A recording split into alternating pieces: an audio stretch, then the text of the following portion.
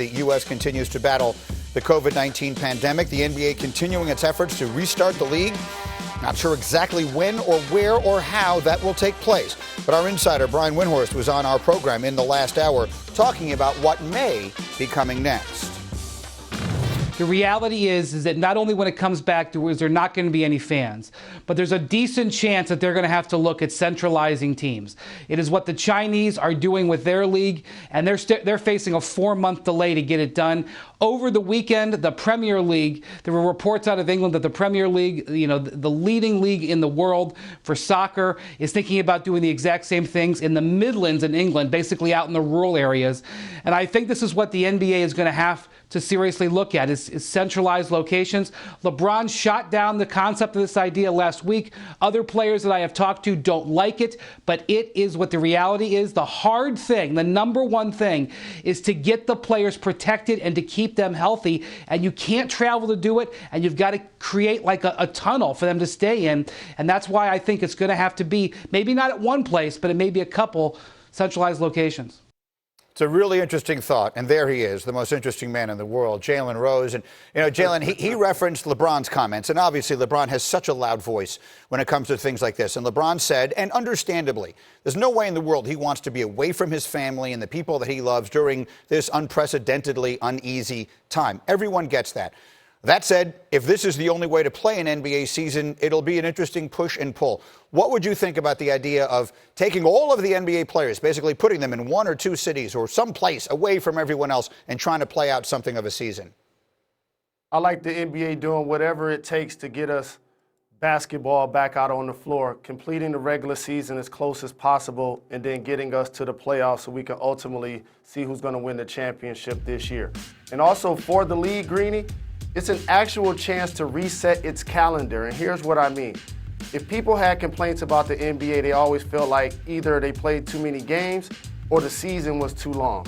Instead of starting in October, this is now a chance to start the season in November, if not earlier in December. I never liked the fact that free agency happened after the draft. I wish that was a reset. And also, I never liked the fact that you can buy out players when the trade deadline is already taking place. So these are a few things that the NBA has a chance to really reset. But I like what Wendy's saying. I understand LeBron's concern and a lot of other players' concern, but this is the new reality that we got to do something that we haven't done ever.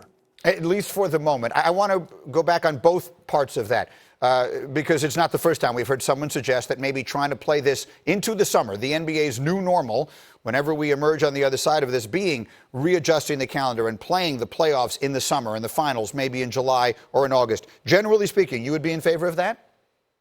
Absolutely. Basketball is a summer game. That's when we grow up playing outside at the park, in the backyard, in the YMCA. It takes place in the summer. So the fans will be just as excited for the finals to be in early June, in theory, as they probably would be in early August. It's the exact same thing, but it elongates the season, and it now gets the beginning of the season to create more enthusiasm because you're not going against the midpoint of the NFL when you start in early October. I love this for the NBA. Reset the calendar. This is a perfect opportunity to start doing that going forward. It's a good and interesting discussion. The other piece of it, of course, is, again, the idea of bubble cities. Brian Windhorst told us that the Chinese league, they have 20 teams. They're playing all of the games in two cities. They have basically two cities, and they're all playing their games in one or the other, and they basically keep those players isolated from practically everybody else. You think at the end of the day the NBA players would be willing to do that? I think so. And here's what makes this unique. Unlike baseball, their players haven't gotten their checks because the season hasn't started. The NBA players have gotten the lion's share of their pay. So really, it will be asking teams that aren't going to the playoffs to finish off the regular season so you can get the local television money. That's around 70 games. And then you're asking the players who earned the right to be in the playoffs to actually go into the playoffs and compete for an NBA championship. That is something I think each of the players would understand that this is a unique circumstance and would be willing to do. All right, we'll see if that is where it winds up going. Meanwhile, I wanted to end it with a smile. I want everyone to feast their eyes and Jalen get your read on the big fella, Damian Woody, and his TikTok from the weekend. Let's take a look. D. Wood! What do you think? D. Wood up to no good. I see you exercising them corns, big fella. Spending some family time. Getting it in. They going real slow so you can keep up. But I ain't mad at it at all. I am not mad at it at all. That guy is just so warm, so fuzzy, so loving. Unlike the guy that my Detroit Lions gave a big all-season contract to, and then in the all-season, he punches one of his teammates in the helmet and hurts his hand before he even plays a game for my squad. The same squad, Greeny, that has Tua right there. Right there. You talking about Miami. You talking about all these teams that need a franchise quarterback. What about the Detroit Lions? Do you know some of the quarterbacks that I've watched over the history of my life? Yeah. Matthew Stafford is the greatest quarterback along with Bobby Lane in the history of the franchise. And Tua's right there. It's great to see D. Will living his best life. That was everything I was hoping it would be and much more. Jalen, hugs to you and Molly. Thank you very much, my man. I will see you as soon as possible. Meanwhile, from 64 to 2, today in the noon Eastern Sports Center, we reveal the finalists in our college basketball greatest player bracket, where you, the fans, have voted and determined the top 2. We'll need you to continue voting by going to SportsCenter on Instagram and Twitter to pick the greatest player. Speaking of picking great players, all signs point to the Dolphins really wanting Tua. Dan Orlovsky knows exactly what they'll need to do to make that happen, and he'll tell you next, right after this moment from Sneaky Hembo. This one's for Graziano. Who is Nick Saban's highest drafted quarterback as a college head coach? That's the question, and the answer is next. You're watching Get Up on ESPN. As a struggling actor. Meanwhile, Graziano, Hembo has called you out. Here's this morning's question. Who is Nick Saban's highest drafted quarterback as a collegiate head coach? So a couple things here. One, I want it known that I got the last hour's question right. North Carolina is the most Final Four teams. Hembo can verify that. I texted him with that answer. So I am 1-0 off camera. On camera, I know he's sneaky.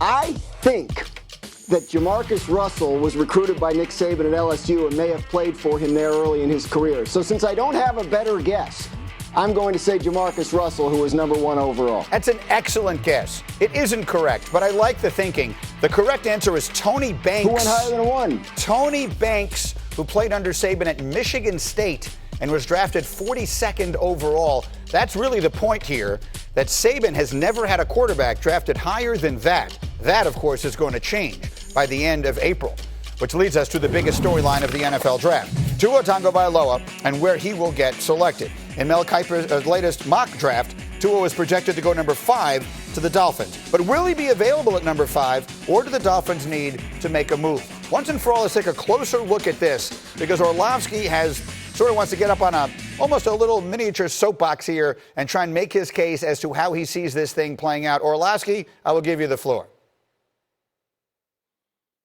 Yeah, Greeny, and maybe Graziano can fill in some blanks here when I'm done, but I think the Dolphins will have to and definitely will move up to go get Tua Tagovailoa. Number 1, this is the organization that, 12 or 13 years ago passed on the opportunity to bring in Drew Brees because of fear of injury.